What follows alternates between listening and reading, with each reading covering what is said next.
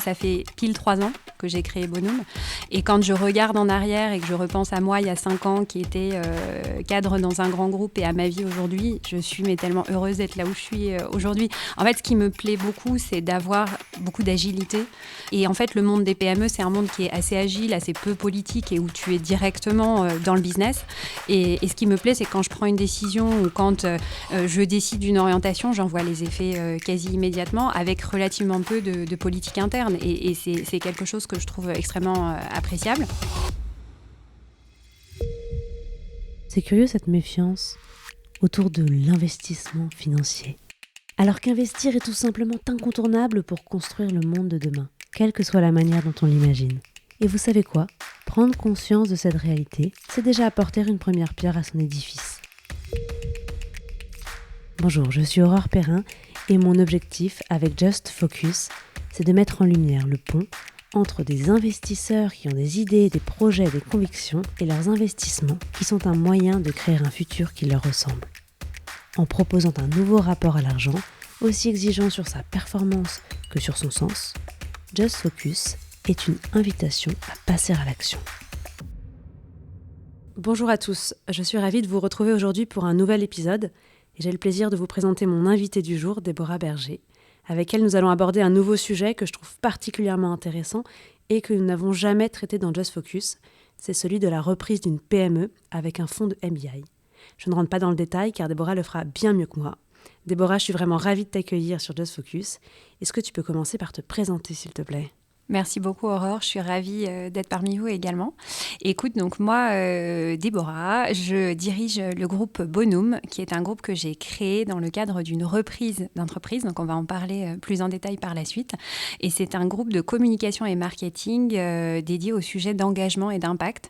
On travaille à la fois pour des acteurs de l'engagement, donc des associations, des ONG, des acteurs publics, mais également pour des entreprises engagées sur des sujets de communication RSE. Tu disais que c'était une reprise. Est-ce que tu peux nous expliquer ce que tu as fait avant Bonum et qu'est-ce qui t'a amené à rejoindre finalement ce groupe ? Oui, alors j'ai démarré très très loin du monde de la PME et de la reprise. Je suis ingénieure de formation et j'ai démarré ma carrière dans la fonction publique, donc le plus loin possible de l'entrepreneuriat. J'ai fait quelques années au ministère des Finances, dans la supervision financière, et puis j'ai fait un passage en cabinet ministériel chez Xavier Bertrand quand il était ministre du Travail et de la Santé. Suite à ça, j'ai rejoint le monde privé où j'ai été directrice de cabinet de l'ancien président de SCOR, le réassureur. Et puis j'étais en charge des projets digitaux. Et puis j'ai rejoint une belle aventure qui était l'aventure Chargeur, où j'ai rejoint le comité de direction en charge des sujets RSE sur toutes les filières textiles du groupe pendant quelques années avant de me lancer dans l'aventure de la reprise. Ok, donc tu rejoins finalement les sujets RSE assez tard dans ton parcours. Qu'est-ce qui t'a attiré vers ces thématiques ? Plusieurs choses. Déjà, quand j'étais chez SCOR, je travaillais aussi, j'avais une casquette affaires publiques et donc je travaillais aussi sur des sujets notamment d'impact environnemental et c'était au moment de la COP 21 à Paris et on avait travaillé sur toute la décarbonation du portefeuille d'actifs de SCOR. Donc j'avais coordonné certaines annonces et donc j'avais commencé à m'intéresser aux sujets environnementaux à cette époque-là. Et donc quand on m'a proposé de rejoindre le groupe Chargeur, qui est un groupe industriel sur des sujets RSE, ça faisait beaucoup de sens pour moi et j'avais envie d'aller vers plus de sujets à impact. Et j'ai découvert la complexité de la traçabilité dans les filières textiles, l'impact environnemental des activités, puisque la filière textile, c'est une des filières qui a le plus d'impact en termes environnementaux. Et ces sujets m'ont passionnée parce qu'à la fois, ils faisaient du sens, ils avaient un impact positif sur notre environnement, et puis ils sont passionnants et complexes. Donc, je suis un peu tombée dedans par hasard à la base, mais j'ai pu voulu en ressortir. Ok, et ça explique, j'imagine, ton choix de pivoter, dont j'aimerais bien que tu nous parles aussi. Donc, tu es quand même sur un poste qui fait beaucoup de sens à l'époque, et pourtant, tu te poses la question de changer de voie, et pas des moindres, parce que c'était un vrai changement de vie aussi qu'il y avait derrière qui se jouait. Ouais, est-ce que tu peux nous en parler absolument. un peu plus ? Alors, je pense que le driver principal du pivot, il n'était pas tant sur le sens, mais il était plus sur la dimension entrepreneuriale. À l'époque, j'étais cadre dans un grand groupe, alors certes avec des missions qui avaient du sens et qui me plaisaient, mais j'étais pas entrepreneur. J'étais un peu intrapreneur, puisque j'ai monté des projets en interne au sein du groupe Chargeur, mais j'avais vraiment envie d'aller un cran plus loin, et je pense que si je suis tout à fait honnête, je l'ai toujours su au fond de moi que j'avais envie de quelque chose d'entrepreneurial. Donc mon driver principal, ça a été d'aller vers quelque chose où j'allais être encore plus acteur et où j'allais avoir un peu mon périmètre sur lequel je puisse avoir de l'impact et jouer. La reprise, ça m'est venu assez naturellement pour plusieurs raisons. D'abord parce que j'ai jamais trop eu l'âme du start-upper, le 0 to 1, partir d'une feuille blanche dans son garage avec l'idée du siècle, c'est pas moi. Enfin, voilà, je pense que ça nécessite des qualités que je n'ai pas, qui sont des qualités vraiment d'imagination, de conviction, de créativité de zéro, qui sont moins mes points forts. En revanche, ce que je savais bien faire et ce que j'ai fait dans ma carrière avant la reprise, c'était de reprendre des équipes ou des départements ou des missions dans finalement des environnements très différents, mais dans lesquels il y avait un enjeu de développement, de croissance, de pivot. Et donc, je me disais que ça ferait du sens pour moi d'aller plutôt sur une reprise plus que sur une création de zéro. Je pense que ce qui a joué aussi, c'est que, alors à ma très humble échelle, parce que je ne vais pas me comparer à mes modèles, mais quand j'étais chez Score, Denis Kessler, l'ancien président, était un repreneur, puisqu'en fait, il a repris Score quasiment au bord de la faillite suite aux attentats du World Trade Center, et il a remonté l'entreprise. Et chez Chargeur, Michael Fribourg, le président, était également un repreneur. Et donc, finalement, j'avais eu ces modèles autour de moi qui m'avaient déjà un petit peu montré que la reprise et la transmission, c'était possible. Et je trouvais assez beau l'idée de prendre la suite de quelqu'un et d'écrire la suite d'une histoire. Ça aurait été mon rêve d'avoir des parents qui me transmettent une entreprise. Moi, mes parents sont enseignants et profs, donc c'était pas trop le cas. Mais je trouve qu'il y a vraiment quelque chose de très beau dans les histoires familiales qui s'écrivent à plusieurs générations et les sociétés avec des savoir-faire qui se transmettent. Et donc, m'inscrire dans une histoire comme ça qui avait déjà un passé et prendre la suite de quelqu'un qui avait déjà mis des premières briques à l'édifice, ça me parlait, en fait. Voilà. Ok. Je trouve ça intéressant ce que tu dis par rapport à ton attrait pour l'entrepreneuriat, mais pas forcément au sens de ce que ça a de créatif, pas non plus forcément pour le sens, puisque tu l'avais déjà, c'est plutôt pour l'autonomie, j'imagine, la liberté aussi d'agir et puis d'emmener un groupe là où tu as envie de l'emmener. C'est plutôt ça que tu venais chercher. C'est exactement ça. Et aussi avoir une certaine forme d'agilité et d'impact. Les grands groupes, ça a plein de points positifs et d'avantages, mais ça a aussi un inconvénient qui est que c'est souvent assez politique et que pour avoir de l'impact et pour voir les effets de tes actions, il faut souvent beaucoup de temps et beaucoup de différents organes de décision. J'étais un peu lassée de ça. J'avais envie que mon énergie, elle puisse être mise de manière assez directe sur l'impact business de ce que je faisais. Et puis, j'avais envie aussi de pouvoir un peu tester, de faire les choses à ma manière, d'avoir un peu plus d'impact opérationnel sur mon périmètre. Ça suscite deux questions chez moi. La première, c'est est-ce qu'aujourd'hui, finalement, dans ce que tu fais, tu retrouves, parce que tu rêvais cette chose-là, mais est-ce que finalement, le quotidien de ce que tu vis correspond à cette envie-là? Et la deuxième chose, c'est comment est-ce que tu as aussi trouvé des moyens pour faire en sorte que tes cadres dirigeants à toi, aujourd'hui, ils puissent s'épanouir et pas avoir l'impression d'être dans un grand groupe immobile et qui manque de flexibilité? Ouais, c'est une super bonne question que tu poses. Et d'ailleurs, on est en début d'année, donc comme tous les débuts d'année, on fait tous un petit peu d'introspection et de réflexion sur où on en est. Donc là, moi, ça fait pile 3 ans que j'ai créé Bonum. Et quand je regarde en arrière et que je repense à moi il y a 5 ans qui était cadre dans un grand groupe et à ma vie aujourd'hui, je suis tellement heureuse d'être là où je suis aujourd'hui. En fait, ce qui me plaît beaucoup, c'est d'avoir beaucoup d'agilité. Et en fait, le monde des PME, c'est un monde qui est assez agile, assez peu politique et où tu es directement dans le business. Et ce qui me plaît, c'est que quand je prends une décision ou quand je décide d'une orientation, j'en vois les effets quasi immédiatement avec relativement peu de politique interne. Et c'est quelque chose que je trouve extrêmement appréciable. La question que tu poses sur comment on fait en sorte que les équipes autour de nous se sentent aussi entrepreneurs et pas justement enfermées un peu par un côté salarié, c'est une préoccupation permanente que j'ai. Et j'ai la chance d'avoir en fait au sein de Bonum plusieurs entités juridiques et les patrons d'entités juridiques sont vraiment des entrepreneurs également, parce que déjà, il y a une dimension, on en reparlera peut-être, mais une dimension actionnariale.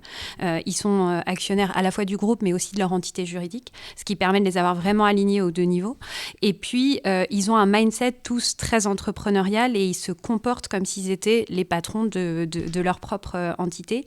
Et c'est une préoccupation permanente pour moi de conserver ça, de surtout pas passer en mode fonctionnaire, si je puis dire, que tout le monde se sente investi. Et après, ça ruisselle aussi à tous les échelons de l'entreprise. Comme on reste une petite société et avec quand même une taille relativement familiale, ça permet de laisser à chacun quand même pas mal d'autonomie. Moi, je suis extrêmement vigilante à ça, de ne pas se retrouver dans des process ou des cadres qui asphyxient les gens et qui permettent plus de se sentir un peu libre aussi d'entreprendre au sein de la structure. On est rentré directement dans le vif du sujet et je t'ai même pas fait présenter l'activité du groupe Bonum. Donc, est-ce que tu peux peut-être nous en dire plus entre le moment où tu cherches une entreprise à reprendre, tu identifies que c'est plutôt une PME que tu as envie de rejoindre.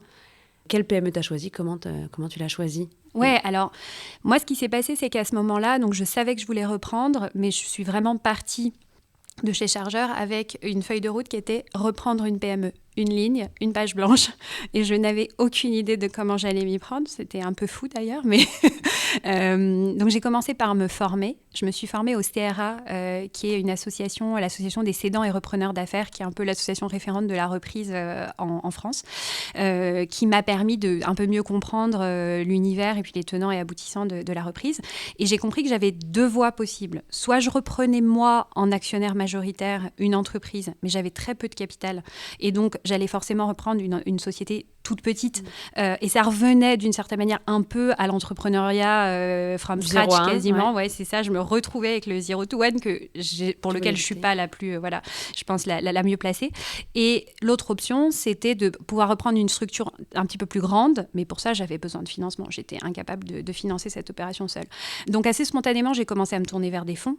Il y avait deux branches. C'est soit le Search Fund, qui est un modèle qui nous vient plutôt des États-Unis et où, en fait, tu pré-commites des investissements de plusieurs investisseurs et tu leur donnes un peu la feuille de route de ce que tu cherches à reprendre, et une fois que tu reprends, ces investisseurs t'accompagnent dans le projet, ou le modèle un fonds majoritaire et d'être manager d'une de leurs participations. Moi, le modèle Search Fund, je l'avais un peu étudié, mais là aussi, j'avais quelques réticences parce que c'est à toi de faire le sourcing. Or, dans la reprise, ce qui est le plus difficile, c'est le sourcing. C'est d'aller trouver les cédants et les entreprises qui matchent avec ton projet. On m'avait expliqué au CRA comment le faire. Enfin, tu as des techniques. Il faut partir des bases Diane des entreprises, les filtrer, les screener, contacter tous les dirigeants par tous les moyens possibles et imaginables pendant des semaines jusqu'à ce qu'il y en ait un qui te réponde. Ça marche. J'ai des amis qui l'ont fait, ça marche. Mais moi, je ne me sentais pas vraiment capable de faire cette étape-là. Donc, je me suis plus spontanément orientée vers les fonds en me disant, au moins, les fonds, ils ont accès déjà à un deal flow, ils ont un sourcing, donc ce sera plus facile. La difficulté, ça a été de trouver les bons fonds. Au début, j'ai rencontré des fonds plutôt small cap, mais qui faisaient assez peu de MBI. Et donc, ils me rencontraient tous poliment et ils me disaient, c'est chouette votre parcours, mais je voyais bien que si j'arrivais pas avec un dossier, en fait, j'avais très peu de chances que ça aboutisse. Et là, j'ai eu la chance de rencontrer Trajan, qui était mon ancien actionnaire majoritaire et le fonds avec lequel j'ai fait la reprise d'Adfinitas, qui est à la genèse de Bonum.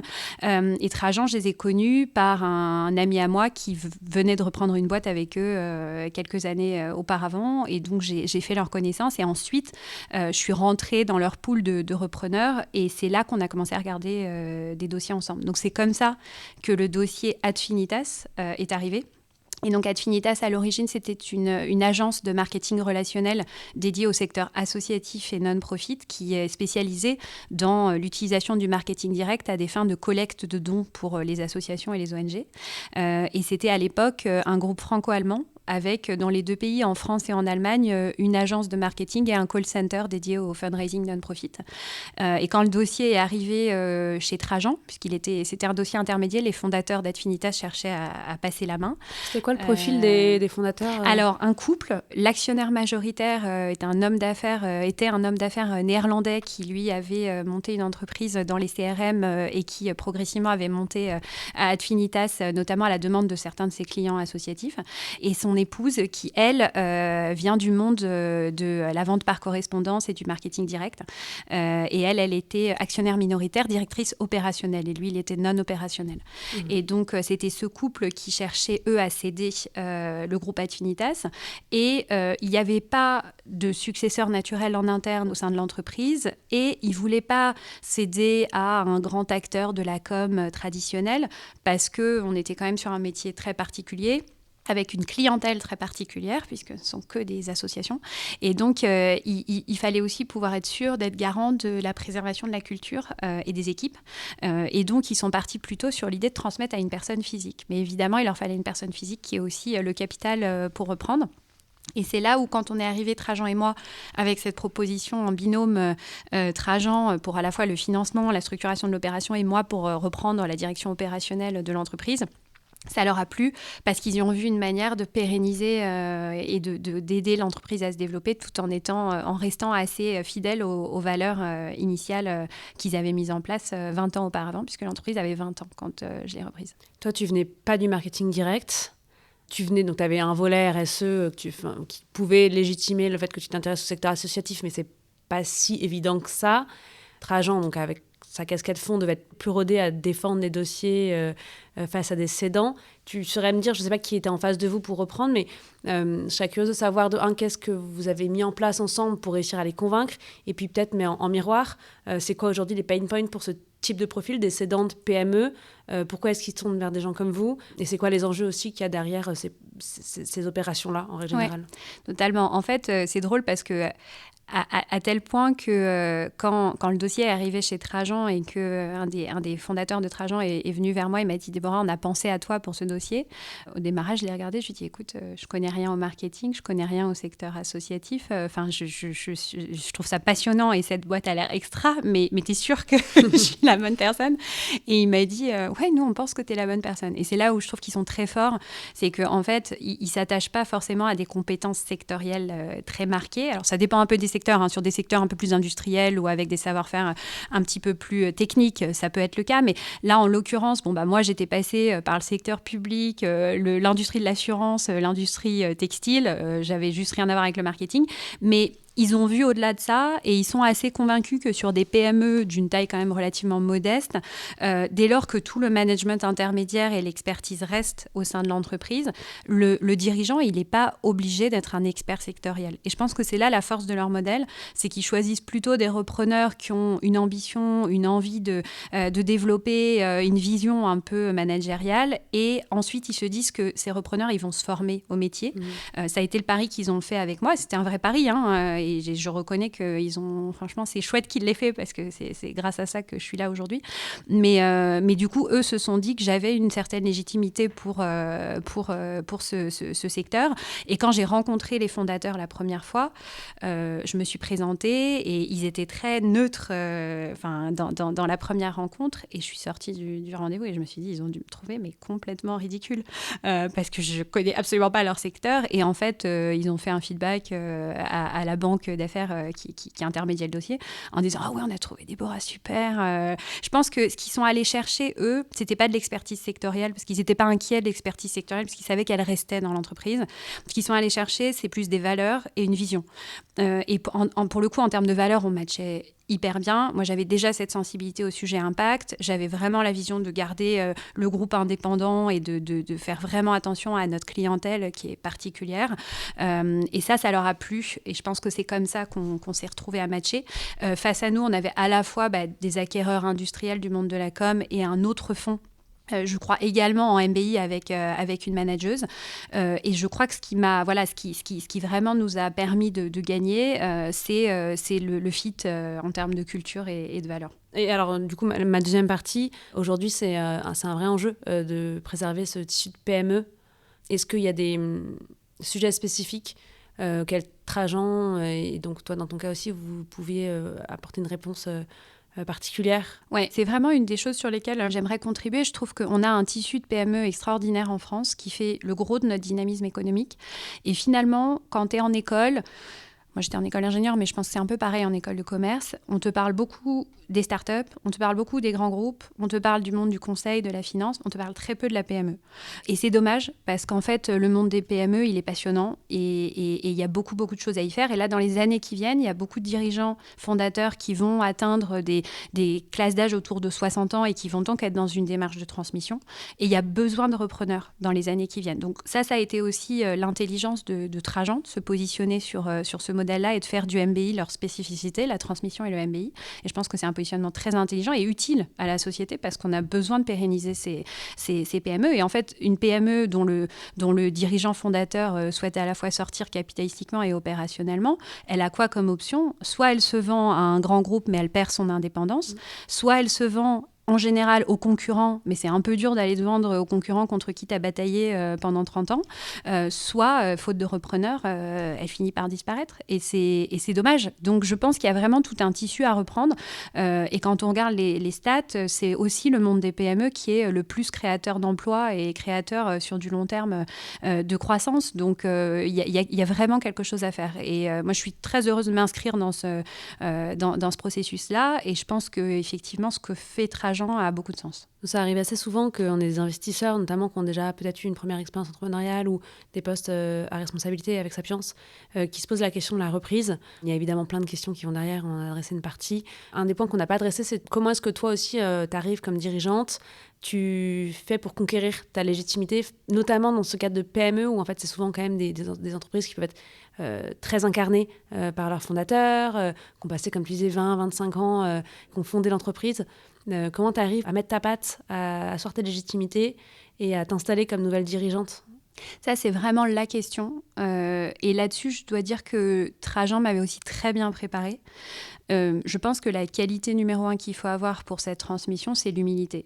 Tu arrives, alors en plus moi j'avais la chance d'arriver dans une entreprise qui se porte bien, qui est en pleine croissance, qui va bien, qui a une super culture, qui a déjà des fondamentaux solides. La première chose à faire, c'est de ne pas casser en fait. On n'en est pas à se dire qu'on va tout révolutionner, c'est déjà de se dire comment je pérennise, comment je m'inscris dans cette transmission et dans le respect de la culture d'entreprise qui est déjà là et à laquelle moi je dois m'adapter et pas l'inverse. Donc j'ai vraiment passé une phase d'observation. J'ai eu la chance aussi que la fondatrice m'a vraiment formée et m'a fait confiance. Et elle m'a laissé les rênes rapidement et elle n'était pas dans une démarche de défiance ou de me dire il faut que tu fasses comme ça parce que moi j'ai fait comme ça. Elle savait que j'avais un style différent du sien et elle m'a fait confiance et elle m'a dit tu vas faire à ta manière, tu feras différent de moi mais ça sera pas moins bien et même peut-être sur certaines choses ça sera différent, ce sera mieux. Et donc, j'ai eu cette confiance. Et après, les équipes et notamment tout le management intermédiaire de la société, j'ai dû leur démontrer que je pouvais leur apporter autre chose. Donc, je ne suis pas venue les challenger sur leur business quotidien parce que ça, ils le connaissaient mieux que moi. Enfin, je n'avais pas de légitimité à venir les embêter sur ce terrain-là. Par contre, je suis venue apporter autre chose en montrant que je pouvais aussi apporter une vision groupe, que je pouvais apporter une vision en termes de développement, de vision long terme. Et puis, on a fait de la croissance externe avec Trajan qui a commencé à asseoir justement ce groupe qui a grandi. Et je pense que c'est comme ça aussi progressivement que j'ai acquis ma légitimité auprès d'eux. Mais on y allait par étapes et j'ai pas cherché à tout de suite imposer ma patte ou imposer des changements. J'étais plus dans une démarche vraiment de consolidation et de transmission. Et je pense que ça, ils l'ont plutôt apprécié. Après, j'ai eu aussi la chance que j'avais des équipes franchement formidables, hyper accueillantes, sympas. Enfin, j'ai eu un peu le cas, le cas idéal. Ouais. Mais c'est super intéressant et important ce que tu dis parce qu'effectivement, la confiance que témoignent les cédants et peut-être aussi leur degré de maturité par rapport à la gestion de leur propre entreprise et l'état d'esprit dans lequel ils le font et leur capacité du coup à ne pas s'abonner la planche à celui qui arrive derrière est ultra importante en fait dans ce cas de figure. Et c'est la clé de tout et en fait je pense que les transmissions qui réussissent pas, c'est parce que le cédant n'arrive pas à lâcher en fait. Il n'arrive pas à lâcher, il n'arrive pas à laisser sa place à son successeur et je pense que c'est le gros des transmissions ratées.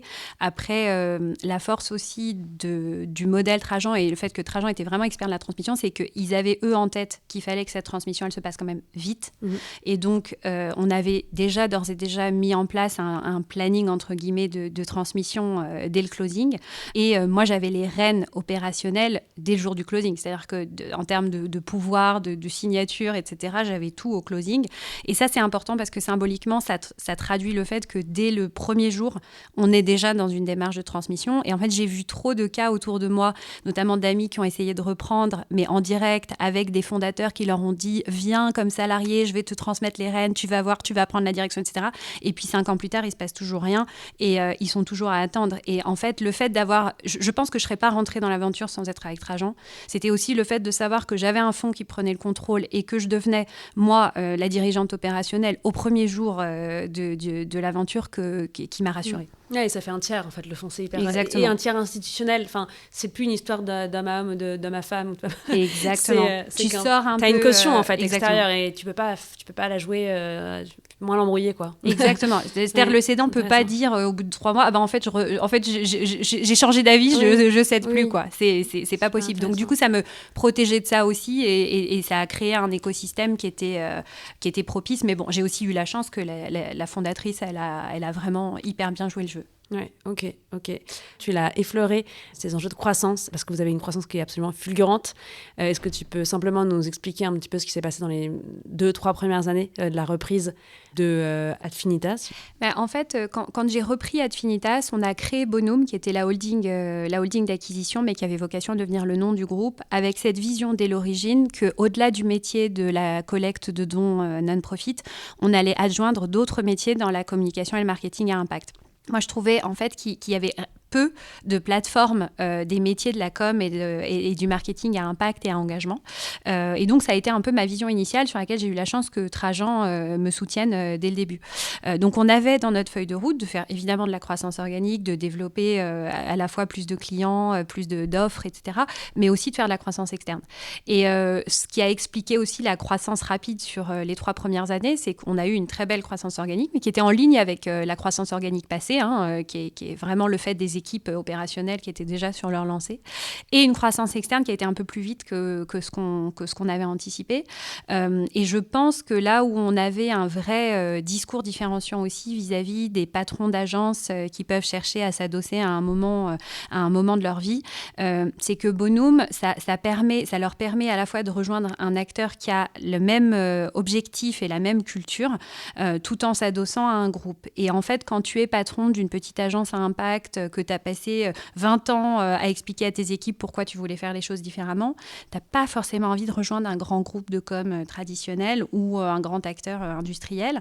Tu as plutôt envie de rejoindre un acteur qui partage un peu tes valeurs et ta vision, tout en ayant quand même besoin de t'adosser, puisqu'à un moment, le dirigeant, s'il n'a pas de successeur naturel en interne, il faut bien qu'il cède.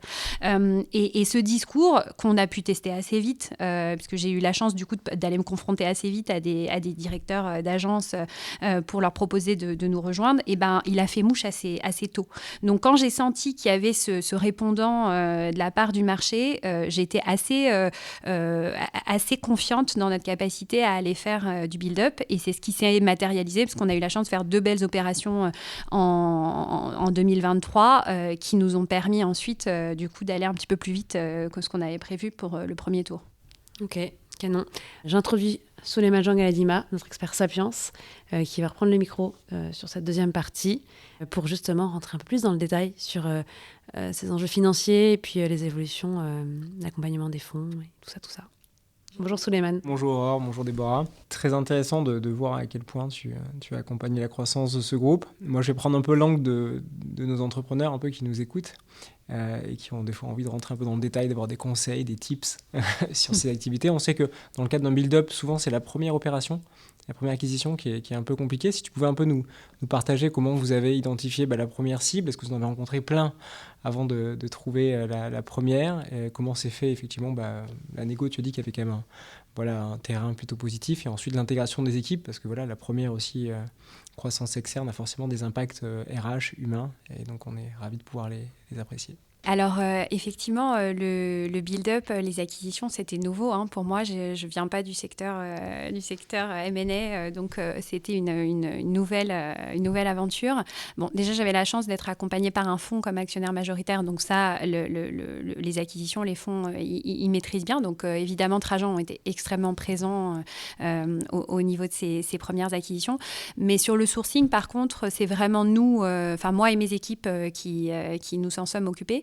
J'avais la chance que mes prédécesseurs, en fait, les fondateurs d'Adfinitas avaient déjà un réseau de collègues, d'agences qu'ils avaient déjà commencé un peu à mobiliser sur des sujets de transmission, donc je suis partie de là. Et puis progressivement, en m'ouvrant, en rencontrant des gens, par le réseau, par mes équipes, par ces rencontres, j'ai rencontré d'autres personnes. Donc j'ai quand même fait beaucoup de rendez-vous avec des patrons d'agences ou d'acteurs qui pouvaient avoir du sens pour nous en croissance externe. Et donc après, là encore, c'est un peu la même chose que sur la transmission, c'est aussi une aventure humaine. Surtout qu'on est dans un secteur de la com et du marketing où souvent les agences sont quand même assez incarnées et où l'humain est clé parce qu'on vend du service B2B, donc un métier d'homme. Et donc, il y en a certains avec qui il y a eu un peu plus de fit que d'autres et puis où ça faisait du sens par rapport à leur projet, par rapport à ce qu'ils cherchaient à faire. Et donc, c'est comme ça que j'ai rencontré la fondatrice de Citizen Press, qui est une des agences du groupe qui est spécialisée dans la communication pour les acteurs publics. Et elle cherchait typiquement à s'adosser dans le cadre d'une transmission de son agence, puisqu'elle voulait céder l'agence. Et il n'y avait pas de repreneur naturel en interne. Et elle cherchait exactement ce que je décrivais, c'est-à-dire un groupe qui ait des valeurs vraiment incarnées et dans lesquelles elles se reconnaissent. Et puis des métiers et un savoir-faire global connexes au sien. Donc le fait qu'on travaille pour des associations sur de la communication pour des acteurs de l'intérêt général, ça lui parlait beaucoup. Nous, on était très intéressés à aller se diversifier sur les acteurs publics puisque c'était un segment qu'on n'avait pas. Et après, toute la partie vraiment plus M&A pur et dur, c'est-à-dire valorisation, montage du financement, structuration de l'opération, audit, documentation juridique. Là, Trajan a été extrêmement impliqué, pour ne pas dire sur certaines de ces parties en lead complet, quoi. Donc c'est là où le fait d'avoir un fonds, c'est quand même aussi assez appréciable. Extrêmement utile. Et ensuite, fort de cette croissance, tu as pu changer d'actionnaire en passant effectivement de Trajan à Florac. Qu'est-ce qui a été l'élément déclencheur? Si tu peux nous donner quelques éléments. Alors, il y a peut-être des éléments confidentiels, donc n'hésite pas à te censurer, mais, mais on est effectivement intéressé de savoir comment... c'est passé cette Bien sûr. transmission. Alors déjà, la première chose à préciser, c'est que je suis actionnaire minoritaire. Trajan était l'actionnaire majoritaire. Donc, l'actionnaire majoritaire, c'est lui qui possède la boîte et c'est son timing et son tempo, évidemment, ce qui est complètement normal. Il se trouve qu'on avait fait, grâce à ces acquisitions, le BP un peu plus vite que ce qu'on avait anticipé. Et par ailleurs, Trajan, eux, étaient en plein démarrage de levée d'un deuxième fonds pour lequel ils avaient besoin d'avoir des credentials aussi en termes de sortie sur leur premier portefeuille. Et donc, ces deux choses ont fait qu'ils m'ont dit, écoute, en fait, on est, nous, dans un bon timing pour commencer à amorcer une sortie. C'était un peu plus tôt que ce que j'imaginais initialement, mais c'était évidemment leur prérogative aussi de prendre cette décision. Et donc, on a amorcé ce processus. Alors, moi, c'était la première fois que je vivais un processus de changement de contrôle et c'est pas rien quand même, parce que on crée aussi... moi, j'avais une relation quand même de proximité très forte avec Trajan. En plus, Trajan, ils sont un fonds particulièrement hands-on. Je pense que c'est en fonction des tailles aussi d'investissement, il y a des fonds plus ou moins impliqués, mais eux, ils étaient quand même très, très impliqués. Donc, on avait une relation très forte. Et donc, il y a l'angoisse aussi de se dire qui je vais trouver et puis avec qui je vais atterrir au prochain tour. Donc, il y a eu tout ce processus de changement de contrôle. J'ai rencontré d'autres actionnaires potentiels. Alors, c'était chouette aussi parce que ça permet aussi de se confronter au marché, de se confronter à pas mal de feedback d'investisseurs, de voir un peu comment le projet et le groupe étaient perçus. Et puis j'ai eu la chance effectivement de rencontrer Florac, qui sont devenus notre nouvel actionnaire majoritaire et qui est un family office. Donc ça a beaucoup de sens pour nous parce que derrière ce family office, il y a une famille et donc il y a aussi des valeurs et une capacité aussi d'accompagnement sur le long terme qui était très cohérent avec notre projet Bonum. D'accord. Ils ont une approche, tu disais que Trajan était très hands-on. Est-ce qu'ils sont aussi hands-on? Enfin, la gouvernance est différente. Ça change. Ils sont hands-on, mais beaucoup moins. Beaucoup moins. Je pense que c'est lié tout simplement aussi aux tailles de participation, en fait.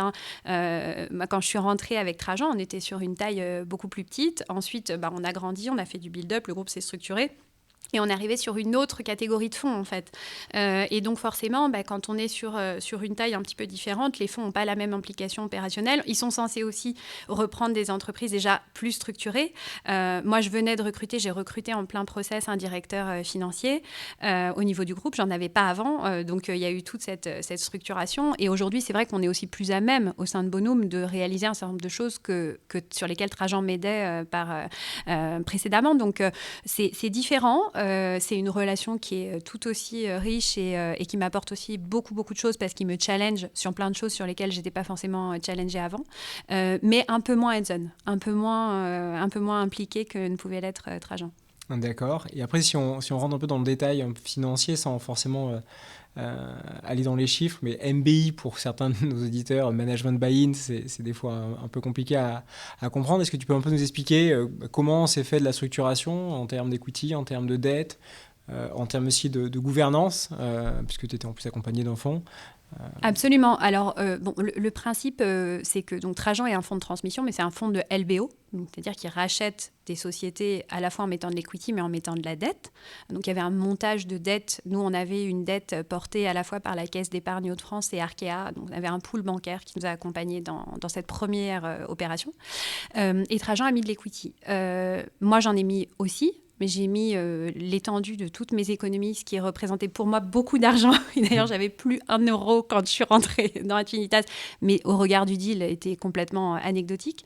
Mais c'était important, même symboliquement, parce que Trajan tienne à ce que leurs entrepreneurs soient vraiment engagés. Et l'engagement, ça passe aussi par le fait de mettre des billes financières. Donc moi, j'avais mis tout ce que j'avais et j'avais eu la chance aussi de pouvoir emprunter à une des 2 banques prêteuses du pool à titre personnel pour acheter une partie de mes parts. Donc c'est ce que j'ai fait et ça m'a permis de prendre un petit ticket pour acheter des actions ordinaires et rentrer au capital. Et ça, c'est la manière dont est structurée l'opération à l'entrée. Donc ce que j'ai apporté moi était franchement pas ce qui a permis à Trajan de boucler le financement. Mais par contre, c'est très important, eux, dans leur modèle, que le repreneur soit impliqué d'une manière substantielle pour lui. Très clair. Et après, en termes de gouvernance, ils étaient certes actionnaires majoritaires, mais j'imagine qu'il y a quelques règles du jeu qui ont été mises en place et peut-être pour des futurs repreneurs qui auraient envie de savoir s'il y a des choses que tu as bien faites ou des choses que tu aurais faites différemment.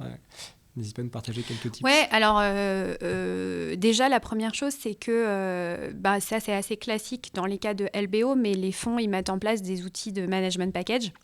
Donc, qui permettent d'incentiver aussi le manager au succès potentiel de l'opération. Donc, moi, ce qui était important pour moi, c'était pas forcément d'être actionnaire majoritaire, mais c'était d'être actionnaire et de pouvoir participer à la création de valeur. Et ça, c'est vrai que les outils de management package, ça permet de faire ça. Et après, dans la manière dont j'ai structuré les choses, honnêtement, j'ai fait des choses très, très simples. J'ai investi en actions ordinaires. Mes actions ordinaires, je les ai investies et en perso et via une holding pour un peu mitiger, on va dire, les investissements. Et au démarrage, c'était pas plus compliqué que ça. De toute façon, j'avais pas une connaissance non plus incroyable de tous les outils, etc. Mais ça me permettait de rentrer déjà dans une démarche d'actionnaire et d'associer aussi. Et je pense que ça joue aussi dans la façon dont on est perçu par le fonds, parce que la relation fonds et manager n'est pas du tout la même que celle d'un patron avec son salarié, comme je pouvais l'être quand j'étais cadre. Même si je dirigeais une activité au sein d'un groupe, j'avais pas du tout la même liberté managériale qu'on peut l'avoir quand on est dirigeant avec un fonds. Et c'est ça aussi qui me plaisait dans ce modèle. Et après, donc, peut-être question un peu indiscrète, mais est-ce que tu as pu bénéficier en fait d'un cash out partiel au moment du changement d'actionnaire? Est-ce que c'était quelque chose? Alors, c'est une bonne question. je suis rentrée dans ce projet de reprise et la création de Bonum avec l'idée d'être sur du très long terme. Donc, ma philosophie a été de réinvestir un maximum. J'ai fait un tout petit peu de cash-out quand même pour me sécuriser un petit peu et puis pour mettre mes enfants un peu à l'abri pour quelques années. Mais mon driver n'était pas l'enrichissement personnel, entre guillemets, c'était plus de commencer à constituer une capacité à progressivement reprendre, je l'espère, avec les autres managers du groupe, le contrôle. Et donc, ce que cette opération m'a surtout permis, c'est de me reluer, en fait, puisque quand je suis rentrée avec Trajan, j'avais autour de 4% du capital. Et aujourd'hui, en action ordinaire, je suis à plus de 20%, en fait. Donc, ça m'a vraiment permis... donc, moi, j'ai un peu tout rejoué. Enfin, j'ai presque fait tapis. J'ai remis. Mais dans une perspective de construction un peu à long terme. L'avenir nous dira si c'était une bonne ou une mauvaise décision. C'était peut-être pas la meilleure décision financière, hein, on verra. Mais en tout cas, ouais, c'était une évidence pour moi de fonctionner comme ça. D'accord, ouais, donc tu te projettes sur le long terme avec une volonté de pouvoir reprendre le groupe. Et donc, puisqu'on parle un peu d'argent, comment on arrive finalement dans une société commerciale à faire vivre à la fois cette notion à la fois de rentabilité, de création de valeur capitalistique, et finalement vos clients, in fine, qui sont plutôt des activités à impact. Comment se fait en fait ces différents éléments de l'ADN de l'entreprise qui peuvent des fois, j'imagine, être contradictoires? C'est la question que tu poses, c'est la question à laquelle j'essaye de répondre tous les jours. C'est mon job en fait, et c'est ça que je trouve passionnant, hein, c'est que je suis confrontée à ça, à ces entre guillemets, ces besoins de à la fois répondre aux attentes de l'actionnaire, de mes collaborateurs, de mes clients, et trouver le bon équilibre pour que tout ça se fasse dans l'intérêt de chacun et sans qu'il y en ait un qui soit lésé au détriment d'un autre. Je pense que la bonne façon, alors j'ai pas de réponse à ça, c'est vraiment un tâtonnement quotidien, mais la bonne façon, c'est d'essayer aussi de, en permanence, équilibrer et challenger. Évidemment, la rentabilité pour l'actionnaire, elle est importante parce qu'on a besoin de pérennité et qu'on a besoin d'un actionnaire actif qui nous soutienne, qui nous permette aussi de faire les croissances externes qu'on va continuer à faire, etc. Donc, c'est évidemment clé, mais ça ne doit pas se faire non plus au détriment total de la redistribution de valeur auprès des collaborateurs ou de la satisfaction de nos clients. Alors, nos clients, en plus, sont un univers particulier puisque beaucoup sont des clients publics ou associatifs. Donc, ce que tu dis est particulièrement important pour nous en plus. Là où je trouve ça intéressant, c'est que nos clients, même s'ils viennent d'un univers non-profit, etc., comprennent tout à fait que nous, on est un acteur for profit. Il n'y a pas de problème là-dessus, on est toujours très clair. On est un acteur qui doit gagner de l'argent pour se pérenniser. Maintenant, ça doit se faire dans des conditions de marché et dans des conditions qui sont acceptables aussi pour eux et dans une tarification qui est la bonne vis-à-vis des services auxquels ils adhèrent, etc. Et c'est ce qu'on fait, hein, évidemment. Mais du coup, c'est une vraie recherche d'équilibre permanente.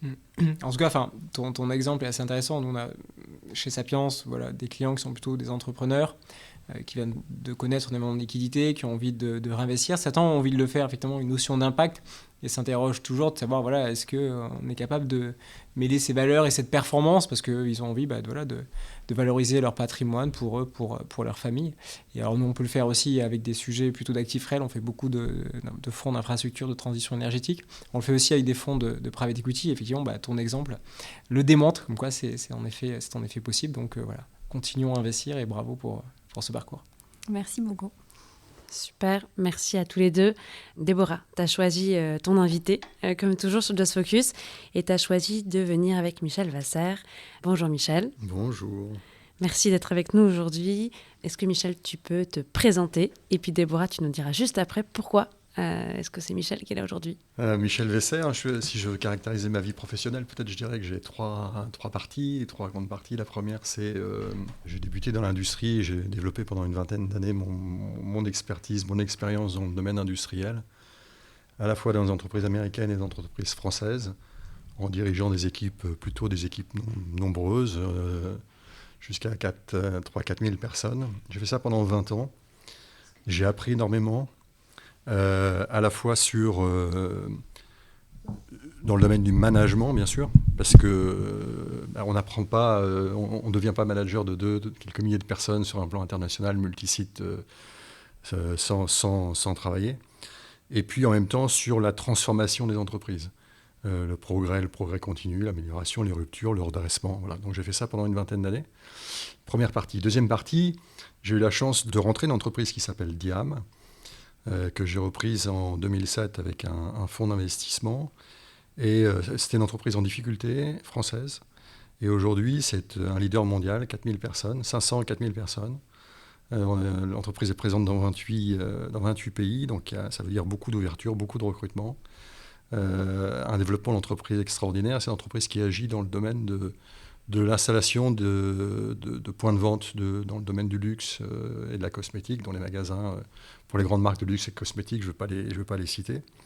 Donc ça a été une aventure incroyable, et aussi sur le plan actionnarial, puisqu'on est parti de 5% du capital, et on a fini avec pratiquement 70% du capital. Voilà, avec l'âge, j'ai laissé à la fois mes opérations, mon rôle opérationnel dans le groupe à Françoise Raoul-Duval, qui dirige le groupe depuis 2020, grosso modo. Et puis j'ai revendu mes parts dans le groupe il y a maintenant 6 mois. Et ce qui me fait déboucher sur ma troisième partie de vie, que j'ai démarré il y a une dizaine d'années, en fait, qui consiste à accompagner des dirigeants. Et donc j'accompagne des dirigeants avec grand plaisir. Et c'est pour moi à la fois une façon de rester, comment dirais-je, l'esprit actif et de mobiliser l'ensemble de mes ressources si j'en ai encore, et j'espère. Et puis c'est aussi l'occasion pour moi de transmettre tout ce que la vie m'a apporté à une génération de dirigeants qui, j'espère, en a besoin. En tout cas, ceux avec lesquels je travaille ont l'air de me témoigner un certain plaisir à travailler avec moi. Voilà, donc voilà mes 3 vies professionnelles.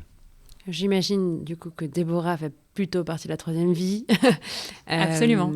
Déborah, tu peux nous raconter comment est-ce que vous vous êtes rencontrés ?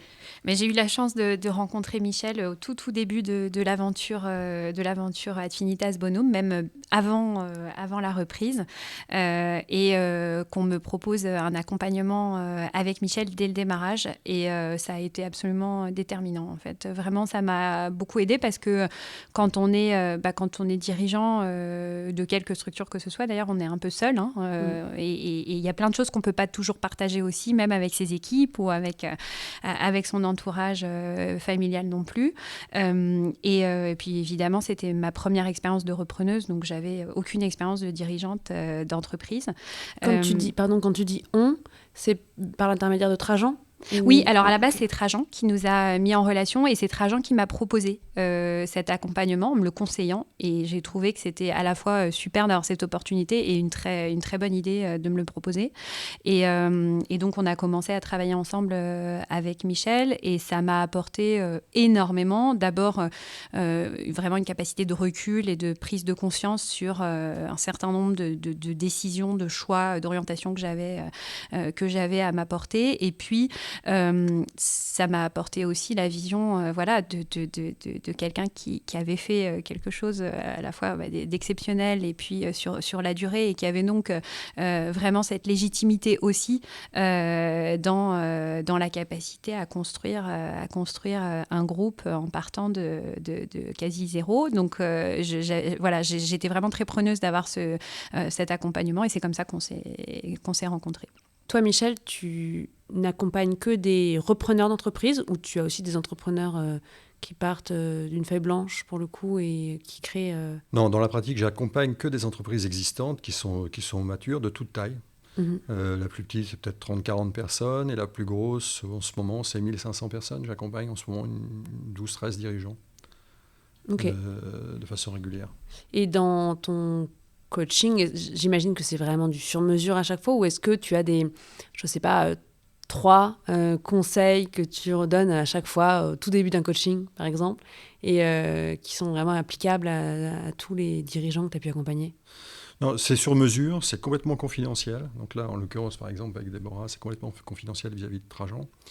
Et au fond, c'est peut-être le fil rouge, c'est moi, le rôle du dirigeant me passionne. Voilà. Je pense que le dirigeant peut avoir un impact phénoménal sur une entreprise, à partir du moment où il a confiance en lui, à partir du moment où il se concentre sur les points essentiels, les points clés, et à partir du moment où il anime une équipe, et il va faire grandir une équipe. Voilà.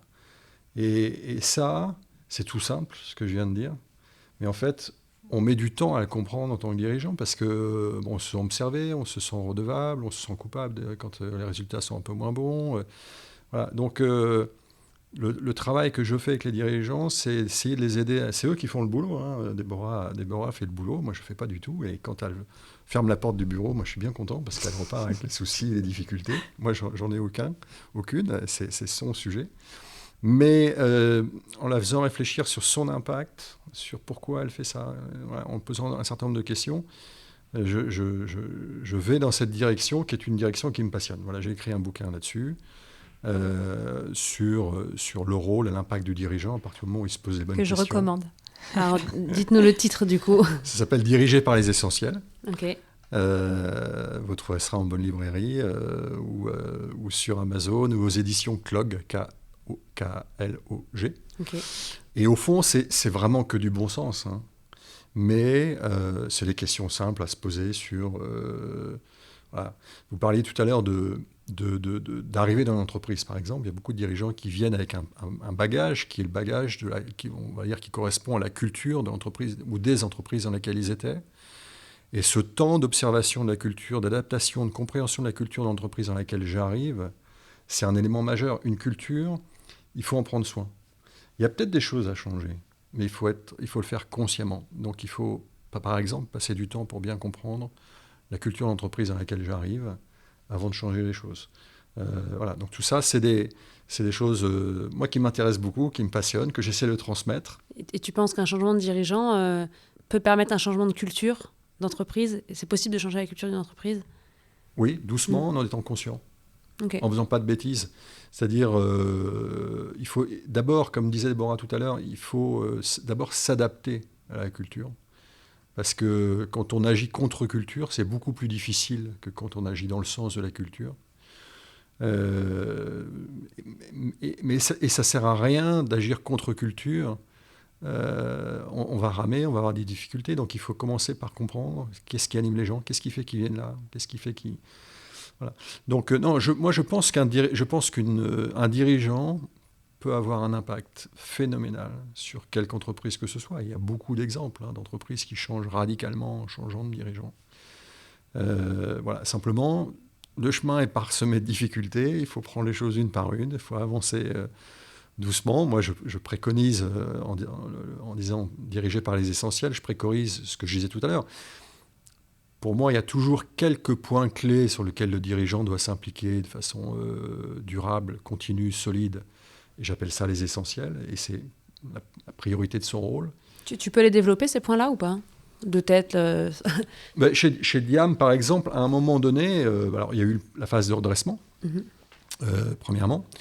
Et puis, à partir de 2011-2012, j'avais trois priorités, 3 essentiels. Le premier que j'avais formulé comme ça, je me suis dit, si les 50 dirigeants clés du groupe Diam restent, grandissent, se développent, Diam n'a rien à craindre. Et donc j'ai transformé ça en essentiel. Et mon essentiel, c'était comment je fais pour faire grandir, pour impliquer encore plus, pour développer les 50 collaborateurs clés qui sont devenus 150. Et donc on a mis tout un tas d'outils au service de cette question. Un essentiel pour moi, c'est une question. Comment je fais pour ? Et à partir du moment où cette question est restée mon essentiel pendant peut-être une quinzaine d'années, on les a mis à l'actionnariat, on les a formés, on les a suivis individuellement, on leur a mis des parcours professionnels individuels.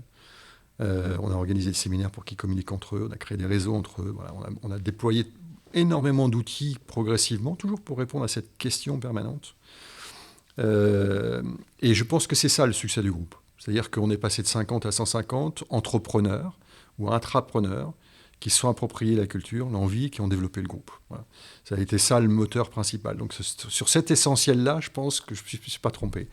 Puis j'en ai eu un deuxième qui a été... pour que les gens grandissent, il faut que l'entreprise grandisse. Et donc on a décidé à un moment donné un déploiement international, puisque l'entreprise était franco-française. La France ne représente que 1% de la population mondiale, grosso modo. Donc 99% de notre marché était à l'étranger. Donc on est devenu une entreprise mondiale. Donc on a travaillé pendant 15 ans pour ouvrir plein de pays. C'était ma deuxième priorité.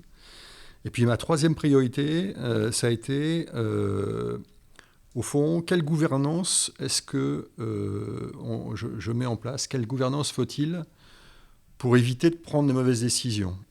Alors, avec deux dimensions. Une dimension vers l'actionnaire, parce que quelquefois, les actionnaires vous imposent un certain nombre de choses qui peuvent être pas forcément pertinentes. Donc, comment on fait pour avoir un dialogue intelligent avec l'actionnaire? Et puis, deuxième chose, en interne, comment on crée une forme de conflictualité positive, de travail en équipe, d'intelligence collective, on dirait aujourd'hui peut-être, pour que tout ça, ça évite les mauvaises décisions. Comment on est suffisamment sincère entre nous, comment on se connaît suffisamment, comment on s'engueule suffisamment pour que les mauvaises décisions soient minimisées. Voilà. Donc j'ai travaillé pendant pas mal de temps sur les deux sujets, et je pense que ça aussi, c'est un des succès du groupe. Une manière, je me permets, très opérationnelle, comment ça s'est traduit pour créer cet esprit au niveau des équipes? Alors peut-être, vis-à-vis de l'actionnaire, peut-être un message très simple d'abord, c'est une transparence complète. Beaucoup de dirigeants hésitent à communiquer de façon complètement transparente parce qu'ils ont peur d'être jugés. Ils se disent, si j'en dis trop, on va me poser plein de questions, etc. C'est une grave erreur. Plus l'honnêteté, l'habileté suprême, disait, je ne sais plus d'ailleurs.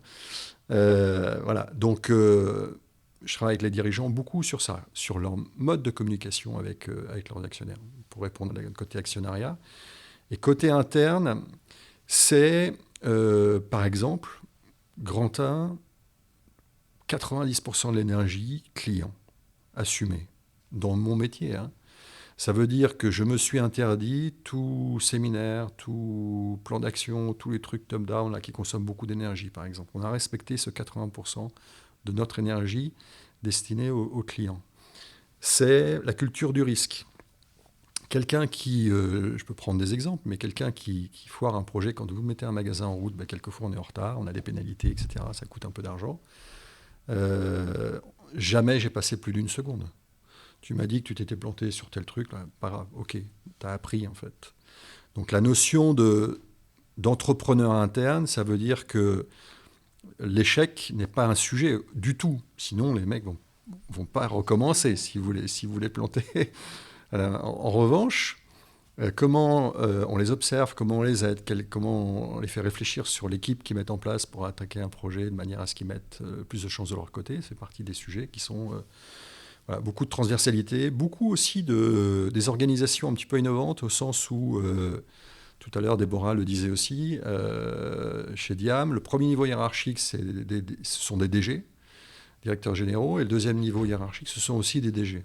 C'est-à-dire que l'entreprise a été découpée non pas par fonction, d'un côté, pour faire simple, production, commercial, marketing, RH, à ce moment-là où vous avez des gens qui, finalement, sur tous les sujets, sont en interface, sont obligés quand il y a un conflit, le sujet remonte au-dessus, et donc vous créez en fait de la dépendance au niveau du dessus, en ayant des DG qui rapportent à des DG, vous avez des gens qui ont une autonomie complète sur une zone et puis sur un pays. Et donc, ils n'ont pas. Quand ils ont un problème à régler, ils se regardent dans la glace et ils règlent le problème avec eux-mêmes. En fait, ils n'ont pas un conflit entre le commercial et l'industriel à régler. Donc, chef, qu'est-ce que je fais? Ce qui est une relation pour moi immature. Bon, voilà, par exemple. Donc, un travail important sur les organisations pour s'assurer que chacun a son degré d'autonomie en transparence, en communication complète avec, et d'ailleurs, les deux niveaux du dessus. Mais bon, je ne vais pas rentrer dans le détail de notre fonctionnement, mais c'est beaucoup de réflexion, beaucoup de travail. C'est des choses que j'ai prises au fur et à mesure de mon expérience de salarié. J'ai été chercher toutes les choses qui m'ont marqué, puis je les ai adaptées à ma façon de fonctionner. Voilà, par exemple. Donc, oui, moi je crois que le rôle du dirigeant, c'est grand 1, pas se tromper sur l'essentiel. Et l'essentiel à son niveau de direction générale ou de présidence, c'est 3, 4 points, 5 points, c'est pas plus. Et ensuite, son deuxième rôle, c'est d'être un chef d'orchestre et de libérer l'énergie de tous les membres de son orchestre, de toute son équipe, en termes de confiance, de capacité à apprendre, en capacité à se développer, en termes de capacité à prendre des risques, en termes d'engagement. Voilà. S'il fait ces deux choses-là, c'est déjà bien. Super intense. En fait, c'est beaucoup une question de confiance. Comment est-ce que tu as confiance en toi et confiance dans tes équipes et tes actionnaires? Absolument. Ouais. La confiance est un élément majeur. Ça vaudrait le coup de philosopher sur le sujet. Je pense qu'on est dans un monde où c'est probablement l'élément déterminant de tout. Quand vous faites une acquisition, vous mettez en accord avec un gars qui va vous vendre sa boîte, il va rester, il ne va pas rester. Et à ce moment-là, vous allez créer une confiance sur un projet, sur le devenir de l'entreprise. Et c'est donc la capacité à créer cette confiance qui va faire le deal. C'est la même chose avec un collaborateur qui va prendre des risques, c'est une question de confiance. Un client qui vous donne des affaires, qui vous redonne des affaires, c'est là aussi qu'il a confiance en vous. Donc la notion de confiance, elle est partout. Oui. Ouais, hyper intéressant. Quand on préparait l'interview, Déborah, tu me disais que ce qui était aussi intéressant dans ton rapport avec Michel, c'était les différences de génération. Et j'aimerais bien qu'on s'arrête un petit peu là-dessus. Alors peut-être Déborah déjà, qu'est-ce que ça t'apporte cette différence de génération ? Et puis je serais aussi curieuse de savoir, Michel, toi, qu'est-ce que ça t'apporte ce contact avec des entrepreneurs de générations différentes de la tienne ? Alors, moi, je ne sais pas tant si c'est l'aspect générationnel plus que l'aspect expérience, en fait. C'est surtout que Michel, il a une expérience que je n'ai pas et un recul. Et il est passé par un certain nombre d'étapes par lesquelles je suis pas encore passée. Et donc, d'avoir cette sagesse et cette expertise, c'est à la fois extrêmement rassurant. Et c'est aussi apprenant parce que ça me permet d'intégrer aussi plein de choses à travers son expertise. Je pense que ce qui est chouette, c'est que c'est un peu comme ce que j'ai pu vivre dans la transmission. Il y a une relation aussi qui se met en place un peu presque dans l'affiliation, c'est-à-dire dans le fait de transmettre en vue de permettre à quelqu'un de plus jeune de faire son chemin. Mais là où je trouve que la manière dont le fait Michel est super, c'est que c'est toujours très respectueux aussi du style managérial de chacun. Et donc, c'est plus questionner et aider à se poser les bonnes questions que de dire il faut faire ci ou il faut faire ça, ce qui n'aurait d'ailleurs aucun intérêt. L'idée, c'est plus d'aider à réfléchir, en fait, et d'aider à avoir une vision un peu globale des enjeux. Ok, intéressant. Et toi, Michel, comment est-ce que tu te nourris ? Alors, je sais qu'en plus, tu as d'autres activités, tu disais tout à l'heure, parallèles à tes activités de coaching. Comment est-ce que tu te nourris de ces rencontres-là pour déployer tes activités et qu'est-ce que ça t'apporte ? Moi, je disais tout à l'heure, pour moi, l'objectif, c'est à la fois de maintenir une agilité mentale. Et ce que j'adore, c'est... je retrouvais ça quand je faisais des acquisitions, c'est de rentrer dans l'univers mental et dans l'univers organisationnel d'une entreprise, son marché, sa façon de fonctionner, ses équipes, et être capable de capter un maximum de signaux pour être pertinent. Il y a beaucoup ouvrir tous les chakras, écouter, sentir le stress, sentir la difficulté, sentir l'actionnaire. Et c'est de toutes ces informations-là dont j'essaye de m'imbiber, de ressentir, qui me permettent à un moment donné d'apporter la question qui va pointer sur les sujets justes. Voilà. Et là, ça demande une agilité ou une découverte de monde. Voilà, j'en ai 15 en ce moment, des dirigeants peut-être. Ça veut dire qu'il y a 15 mondes là, dans lesquels j'essaie de sentir en permanence, et ça change, hein, le dirigeant il vient, il est fatigué, il a eu un problème avec son banquier, il a eu un souci, etc. Bon. Et j'adore cette expérience qui consiste à essayer d'en sentir le plus possible, d'en comprendre le plus possible avec finalement peu d'éléments. Voilà. Donc ça, c'est une certaine subtilité, je ne sais pas comment on peut dire. Et cette agilité-là, j'espère que j'en ai un peu, j'espère que j'apporte des choses, mais j'aime beaucoup. Donc moi, mon plaisir, il est là, c'est grand 1. Et puis, deuxième chose importante pour moi, c'est de redonner à une génération plus jeune que moi une partie de l'expérience. Déborah a une expérience aujourd'hui que moi, je n'avais pas du tout à son âge. Elle a bien des années d'avance sur moi. Et c'est un plaisir de pouvoir, à un moment donné, l'aider à réfléchir, lui poser des questions qu'elle ne se serait pas posées toute seule. Et j'ai vraiment un sentiment d'utilité sociétale, en l'occurrence. L'aspect générationnel, moi je dirais que l'essentiel, c'est plutôt l'acceptation de... C'est difficile d'accepter l'égalité presque. Je veux dire, voilà, elle m'apporte des choses, je lui apporte des choses, mais il n'y a pas d'ego dans le truc, il n'y a pas de... il a pas de, comment dirais-je, je trouve pas le bon mot, mais... Dans le rapport de force, tu veux dire, peut-être? Comment ? Il n'y a pas de rapport de force Il n'y a pas de rapport de force. Ou d'hierarchie. Voilà, il y a cette intelligence qui consiste à dire, je te pose une question, tu vas me dire un truc, peut-être ça me sera utile et je le prendrai. Si c'est pas utile, bah, tu le prends pas. Et puis de mon côté, moi j'accepte, mais non seulement je l'accepte, mais je revendique. Je dis des choses, si c'est utile, tant mieux. Si c'est pas utile, tant mieux aussi. Et si j'ai dit des trucs qui servent à rien, tant mieux. Parce que ça veut dire qu'elle a la liberté, l'autonomie d'agir. Et évidemment que c'est vachement important que cette personne qui est en face de moi ne soit pas, non pas en dépendance, mais soit en indépendance. Bon. Et donc cette espèce d'équilibre-là dans la relation, il est intéressant, et il est intéressant des deux côtés. Et c'est pas facile d'être non plus à la place de quelqu'un qui vient voir un vieux couillon comme moi et qui lui dit bah, « tiens, là-dessus, je sais pas ». En tout cas, moi, à cet âge-là, probablement que j'aurais pas su le faire. Tiens, parce que c'est un aveu de faiblesse de temps en temps, ou ça pourrait être... Alors que c'est l'inverse, c'est un aveu de grande force. D'être capable d'aller voir l'autre en disant « tiens, finalement, comment tu ferais toi là-dessus ?» Même si j'ai une parfaite idée de ce que j'ai envie de faire, ne serait-ce que pour enrichir mon point de vue, c'est une grande force. Voilà. Donc je trouve, moi, dans la génération des gens de Déborah, de 35-40 ans, j'ai quelques dirigeants, j'en ai 3-4 qui ont cet âge-là, je trouve cette ouverture qui est probablement plus forte, plus puissante que celle que ma génération avait au même âge. Ok, super intéressant. Question très, très pratico-pratique. Vous voyez à quelle fréquence? Vous fonctionnez comment? Vous écrivez, vous vous appelez? Alors, on se voit beaucoup. Ouais, mais à quelle fréquence? C'est quoi? C'est une fois par mois, une fois par semaine? Au départ, la première année, on se voyait à une fréquence plus élevée. Maintenant, on se voit une fois par trimestre. D'accord.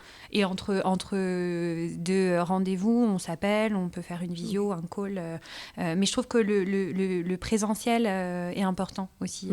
On partage plus facilement qu'en visio. Ouais, surtout sur des sujets qui peuvent être délicats, où il y a des vrais besoins de confiance. Ok, très intéressant. J'ai une dernière question à vous poser, à tous les deux.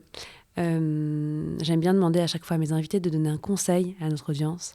Et dans votre cas précis, je pense que le plus intéressant, ce serait que chacun vous puissiez nous donner un conseil pour quelqu'un qui souhaiterait reprendre une entreprise. Quel conseil vous donneriez? Oula, qu'on n'a pas déjà dit. C'est très large. Moi, je vais répondre sur le rôle du dirigeant, plus que sur reprendre une entreprise, parce que reprendre une entreprise, il y a plein de façons de faire. Peut-être un dirigeant qui veut reprendre une entreprise, c'est simplement de s'y coller. Ça devient son essentiel. Il doit ensuite y passer du temps dans la « je sais pas » attitude. Voilà. Pour moi, un essentiel, c'est une question « comment je fais pour prendre une entreprise ?» Et ensuite, c'est « je ne sais pas ». Et je vais rencontrer plein de gens en leur posant la question « comment tu ferais ?» etc. Et au fur et à mesure, je vais apprendre. Et au bout d'un moment, les opportunités vont se créer. Et ça, c'est vrai sur tous les sujets. Je veux me développer à l'international, je m'y colle. Je sais, j'ai 3-4 essentiels, je ne pars pas dans toutes les directions. Et puis ensuite, je ne sais pas. Et là, je ne sais pas attitude, ça ouvre plein d'options, plein de portes. Voilà, donc pour créer son entreprise, je m'y colle, je le veux, je l'ai décidé, je le fais, je me mets en action, je passe du temps, je m'organise. Et puis ensuite, je ne sais pas. Qu'est-ce que tu ferais, toi, à ma place? Super, accepter l'état de doute. Ça, c'est un vrai... Se mettre en état permanent à la fois, j'ai décidé de cet objectif-là, et c'est une tension, et je vais y aller, j'y mets du temps, je mets mon énergie. Et ça, c'est vraiment puissant. C'est-à-dire que pour prendre... voilà, tout le monde dans l'entreprise, pour revenir sur le rôle du dirigeant, je sais que le dirigeant se colle à cet objectif-là, et on n'y échappera pas. Voilà. Et ça, c'est décidé, c'est à fond.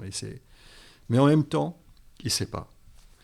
Et quand on ne sait pas, on accueille l'autre, on accueille les idées de l'autre, et on génère de l'énergie.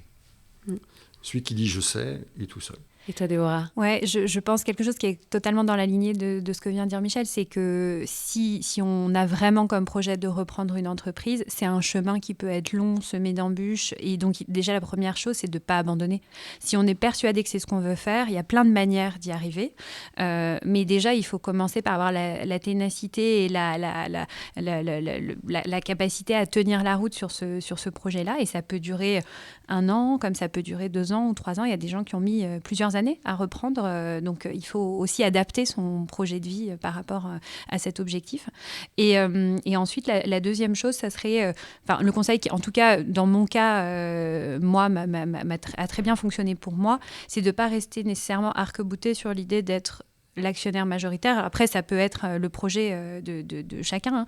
Mais moi, le fait d'avoir envisagé plutôt une reprise avec un partenaire financier et comme actionnaire minoritaire, je suis tout autant dirigeante de mon groupe et impliquée opérationnellement, mais le fait d'avoir eu un financement et un acteur, c'est pas juste du financement, c'est aussi du conseil et de l'accompagnement.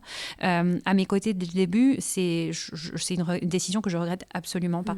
Donc, je pense qu'il y a aussi ça, c'est que souvent, quand on pense reprise, on pense je vais reprendre tout seul et puis je vais le mettre chez moi, ce qui peut être très bien à plein d'égards, mais moi je regrette pas d'avoir fait différemment. Merci beaucoup à tous les deux. Merci à vous. À bientôt. À bientôt. Voilà, Just Focus c'est terminé pour aujourd'hui.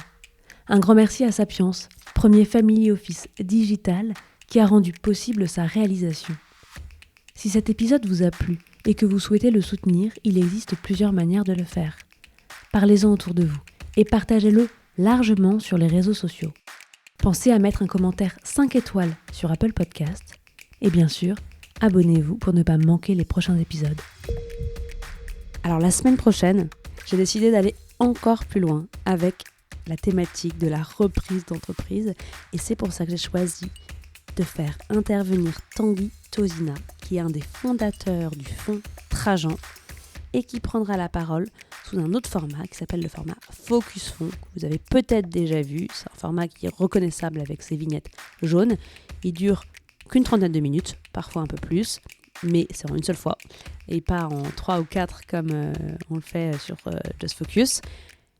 L'idée de ce format, c'est de mieux comprendre le métier de gérant de fonds, de mieux connaître les stratégies qui existent, il y en a une multitude, de savoir aussi un petit peu ce qui se passe dans les participations, les meilleures histoires, les pires histoires, et surtout de vous donner des clés pour choisir un bon fonds, qu'on soit un investisseur, qu'on soit un entrepreneur. C'est en connaissant mieux ces structures-là que vous aurez la capacité de faire les bons choix. À la semaine prochaine.